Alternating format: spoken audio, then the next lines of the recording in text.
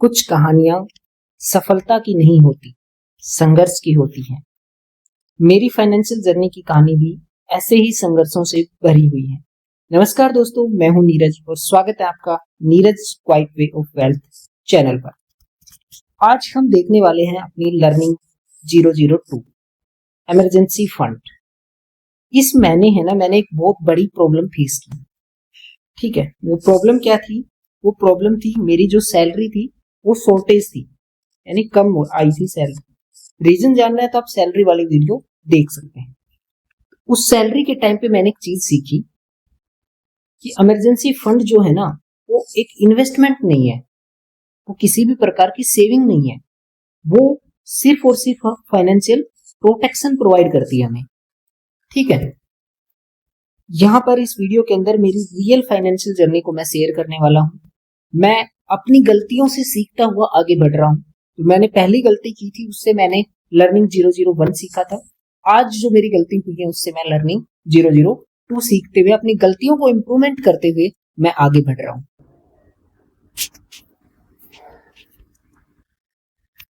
तो इस मंथ की रियलिटी क्या थी?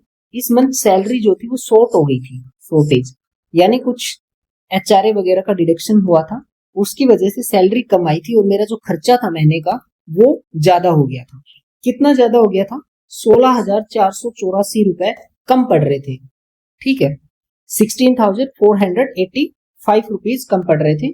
तो इस फंड को मैंने कहां से यूज किया? मैंने इमरजेंसी फंड से 16,500 रुपए यूज किए। तो इस समय मुझे समझ आया कि इमरजेंसी फंड बहुत बहुत महत्वपूर्ण होता है। ठीक है, इमरजेंसी आपको कभी भी नोटिस देके नहीं आती कि नोक नोक इमरजेंसी हूं मैं और मैं आ गई हूं आपकी लाइफ में। वो सडनली आती है, बिना नोटिस दिए, बिना बताए अचानक से इमरजेंसी आ जाएगी। उस टाइम आपको पैसे की रिक्वायरमेंट रहेगी और वही पैसा आपका इमरजेंसी फंड से यूज होगा। लेकिन यूज तब होगा जब आप इमरजेंसी फंड बनाएंगे। मैंने इमरजेंसी फंड नहीं बनाया था। पिछली वीडियो में आप जाके देख सकते हैं, मेरे पास 30,270 रुपए का इमरजेंसी फंड था। सिर्फ इतना कम इमरजेंसी फंड था, फिर भी इस टाइम पे इस इमरजेंसी फंड की वजह से मुझे लोन नहीं लेना पड़ा, क्रेडिट कार्ड का यूज नहीं करना पड़ा, अपना जो शॉर्टेज था उसको मैं सॉर्ट आउट कर पाया बिना लोन लिए, बिना क्रेडिट कार्ड का यूज किए।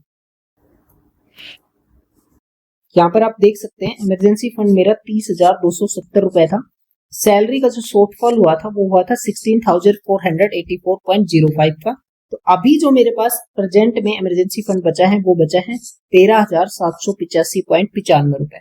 इतना कम इमरजेंसी फंड है मेरे पास में, क्योंकि मैं एक लोन के ट्रैप में फंसा था। वो वीडियो भी आप चैनल पर जाकर देख सकते हैं, कैसे मैं लोन पे लोन, मेरी गवर्नमेंट जॉब को जो है वो 11 ईयर्स कंप्लीट हो चुकी हैं और 13 ईयर कंप्लीट होगी तब तक मैं लोन की ईएमआई ही भर रहा हूं।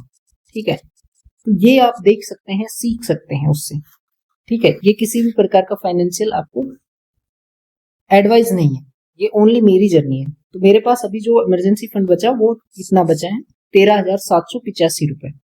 ठीक है, अब हमने इस मंथ क्या सीखा कि इमरजेंसी फंड जो है वो मैं कभी शॉपिंग के लिए यूज नहीं करूंगा। ये मेरी लर्निंग थी कि शॉपिंग के लिए उस फंड को कभी यूज नहीं करना है लाइफ में। कभी भी उसको लग्जरी के लिए यूज नहीं करना है कि मुझे गाड़ी चाहिए, मुझे बाइक लेनी है, मुझे ये मिक्सी लेनी है, मुझे एसी लगवा लेता हूं मैं। इन सब चीजों के लिए इमरजेंसी फंड नहीं है। आपकी सैलरी अगर अफोर्डेबल है तो वो आप लग्जरी प्लान कीजिए, अगर अफोर्डेबल नहीं है तो भाई बिना लग्जरी के जीना बेटर है। मैं वही प्रीफर करूंगा, मैं लग्जरी के लिए इसका यूज नहीं करने वाला। इन्वेस्टिंग के लिए नहीं है। मैं कभी ये नहीं सोचूंगा कि वो पैसा मेरे इन्वेस्टमेंट के अंदर मैं काउंट कभी नहीं करूंगा। इमरजेंसी फंड इज डिफरेंट, वो एक अलग चीज है, उसको मैं एक डिफरेंट तरीके से ही काउंट करके चलूंगा। उसको ना मैं अपनी सेविंग के अंदर इंक्लूड करूंगा और ना ही मैं अपनी इन्वेस्टमेंट के अंदर इंक्लूड करूंगा। ओनली फॉर रियल टाइप की इमरजेंसी जो आएगी उसके लिए ही उस पैसे का यूज होगा, यह मैं मेक श्योर करूंगा। ये चीजें मैंने सीखी हैं इमरजेंसी फंड के बारे में। बहुत सारी बुक पढ़ी मैंने इसके ऊपर, बहुत रिसर्च की, यूट्यूब पे भी काफी जो हाईली इन्वेस्टमेंट गुरु जो बने बैठे हैं उनसे भी सीखा। जो पॉजिटिव देखे इंसान को है ना, कभी भी सीखने के लिए ये नहीं देखना चाहिए कि सामने वाला बुरा है अच्छा है। जहां से आपको लर्निंग मिल रही है, देखिए जहां से आपको सीखने को मिल रहा है, लर्निंग मिल रही है, वहां से आप अडॉप्ट कर लीजिए। यही चीज इंसान को बड़ा बनाती है। ये मत देखिए कि ये मेरे से छोटा है, मेरे से जूनियर है, अगर सर्विस में भी मैं बता रहा हूँ, गवर्नमेंट जॉब में भी कोई मुझे जूनियर भी आके सिखाता है कि नहीं भाई इमरजेंसी फंड ये चीज होती है, वो अच्छी लगी, अच्छी है, बिल्कुल भाई मैं सीखने के लिए रेडी हूँ। वो टीचर बन जाएगा, मैं स्टूडेंट बन जाऊंगा कुछ देर के लिए, कोई फर्क नहीं पड़ता। ठीक है, नेक्स्ट है भाई, अगर नेक्स्ट मेरे गोल्स क्या क्या रहेंगे, तो सबसे पहले तो मैंने गोल रखा था कि मैं अपना लोन कंप्लीट करने वाला हूँ। ठीक है, लोन कंप्लीट करने के बाद मुझे एक 12 मंथ का इमरजेंसी फंड बिल्ड करना है। आप कितनी भी रिसर्च करोगे तो एक रिसर्च के आधार पर मैं एक कंक्लूजन पर पहुंचा कि 6 से 12 मंथ की आपकी जो सैलरी है उतना इमरजेंसी फंड आपके पास होना चाहिए। यही सभी बुकों में बोला गया है, यूट्यूब पर भी, मतलब बहुत जगह रिसर्च किया, पढ़ा, सब जगह पर यही बोला गया कि मिनिमम 6 मंथ और मैक्सिमम 12 मंथ, और उससे ऊपर आपकी मर्जी है। ठीक है, तो सबसे पहले जो 24 मंथ का मैंने चैलेंज लिया था, उस चैलेंज के अंदर लोन को फिनिश करना है। उस चैलेंज के बाद एक 12 मंथ का हमें इमरजेंसी फंड बिल्ड करना है। उसके बाद हम फाइनेंशियल सिक्योरिटी पे आएंगे कि सबसे पहले तो हमारा जो इमरजेंसी है वो सिक्योर होना चाहिए, उसके बाद हम इन्वेस्टमेंट सेविंग की तरफ बढ़ेंगे। ठीक है, बढ़ेंगे यार। मैं जानता हूं कि मैं अपनी लाइफ में ना बहुत पीछे हो गया हूँ। 13 ईयर की सर्विस के अंदर जो इन्वेस्टमेंट सेविंग होनी चाहिए थी वो नहीं हुई, वो 13 ईयर के बाद स्टार्ट हो रही है। कोई दिक्कत नहीं है यार, वहां से भी स्टार्ट करके एटलीस्ट हम वहां तक वेल्थ तक जाएंगे ना। यही बेस्ट है कि इतनी साल खोने के बाद भी कम से कम ये तो सीख लिया कि हाँ वो गलती थी। ठीक है, अभी भाई बात करें एक्शन प्लान की, तो एक्शन प्लान इस तरीके से है। स्टेप 1 रहेगा 24 मंथ का जो चैलेंज है उसको कंप्लीट करना।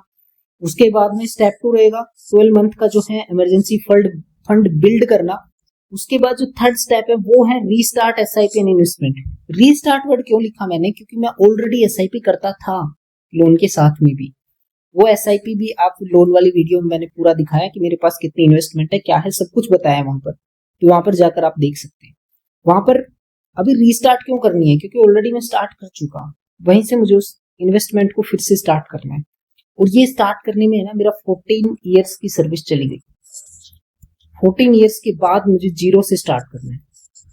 तो मैं इस जो जर्नी को शेयर करने का एक ही मकसद है कि आप वो गलती ना करें। 14 ईयर्स जो मैंने गवा दी, शायद आप वो ना गवा पाए। ये वीडियो देख के, ये सीख के कुछ इससे एजुकेशन लेके कि रियल लाइफ में जो प्रैक्टिकली होता है और एक थ्योरेटिकली हम पढ़ते हैं, दोनों डिफरेंट चीज है। मैं यहाँ पर जो मेरी लाइफ में प्रैक्टिकली हो रहा है वो चीज यहाँ पर शेयर कर रहा हूँ और एकदम ऑनेस्टी के साथ कर रहा हूँ। ठीक है, तो यहाँ पर एक ही गोल है, उसके लिए एक ही स्टेप है और उसके लिए एक ही जीत होगी।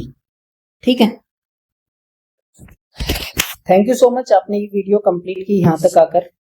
ठीक है, फाइनेंशियल फ्रीडम जो है ना वो एक दिन में नहीं मिलती है, लेकिन हर एक सही फैसला हमें उसके एक कदम करीब लेके जाता है। ठीक है, मैं अपनी फाइनेंशियल जर्नी को पूरी ईमानदारी के साथ में आपके साथ शेयर कर रहा हूं और जो जिंदगी मुझे सिखा रही है वही मैं आपके साथ शेयर कर रहा हूं। ठीक है, तो मिलते हैं लर्निंग 003 के अंदर। तब तक अपना और अपने पैसों का ख्याल रखना। ठीक है, फाइनेंशियल फ्रीडम जो है वो एक राइट डिसीजन से स्टार्ट होती है, एक राइट टाइम पर स्टार्ट होती है। मैंने जो 14 साल गवा दिए, प्लीज आप वो 14 साल बचा लीजिए। और अगर आपने वो 14 साल बचा ली तो मुझे लगेगा कि हाँ, जब मैंने ये डिसाइड किया था कि मैं ऑनेस्टी के साथ अपनी जर्नी शेयर करूंगा, तो उसका मोटो यही था कि जो 14 साल मैंने खोई है वो 14 साल आप नहीं खोएंगे। आप उसको डे 1 से स्टार्ट करेंगे, अपनी इन्वेस्टमेंट, अपनी सेविंग, सब कुछ। ठीक है, अभी लास्ट में डिस्क्लेमर पढ़ लेते हैं। The information provided on this channel is for education and entertainment purpose only. इस चैनल के ऊपर जो भी इंफॉर्मेशन दी गई है भाई वो एजुकेशन पर्पज के लिए है या फिर मनोरंजन के लिए है। ये किसी भी प्रकार की फाइनेंशियल एडवाइस नहीं है। मैं अपनी जर्नी, अपनी फाइनेंशियल स्ट्रेटेजीज और एक्सपीरियंस शेयर करता हूं। तो please make your financial decision carefully and consult a professional financial advisor. अपने फाइनेंशियल डिसीजन भाई बहुत ही सोच समझ कर लेना और एक फाइनेंशियल जो रजिस्टर्ड से भी रजिस्टर्ड है उससे ही एडवाइस लेके निवेश करना।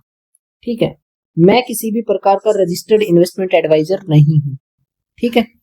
और ना ही मैं ये रिस्पॉन्सिबिलिटी लेता हूं आपके किसी भी प्रॉफिट या लॉस के लिए, ठीक है। यहाँ इस चैनल पर जो इन्वेस्टमेंट दिखाई गई है वो मेरी पर्सनल है और उनमें मेरा प्राइवेट इंटरेस्ट शामिल है कि उसमें मेरा प्रॉफिट शामिल है भाई। तो प्लीज मेक श्योर करना आप उसके अंदर इन्वेस्ट नहीं करेंगे। ये चैनल या फिर फ्यूचर में कोई टीम में मेंबर ऐड होता है तो वो किसी भी प्रकार के लीगल और आपके लॉस के लिए रेस्पॉन्सिबल बिल्कुल भी नहीं है। अगर वीडियो अच्छी लगे तो प्लीज लाइक शेयर और सब्सक्राइब जरूर करना।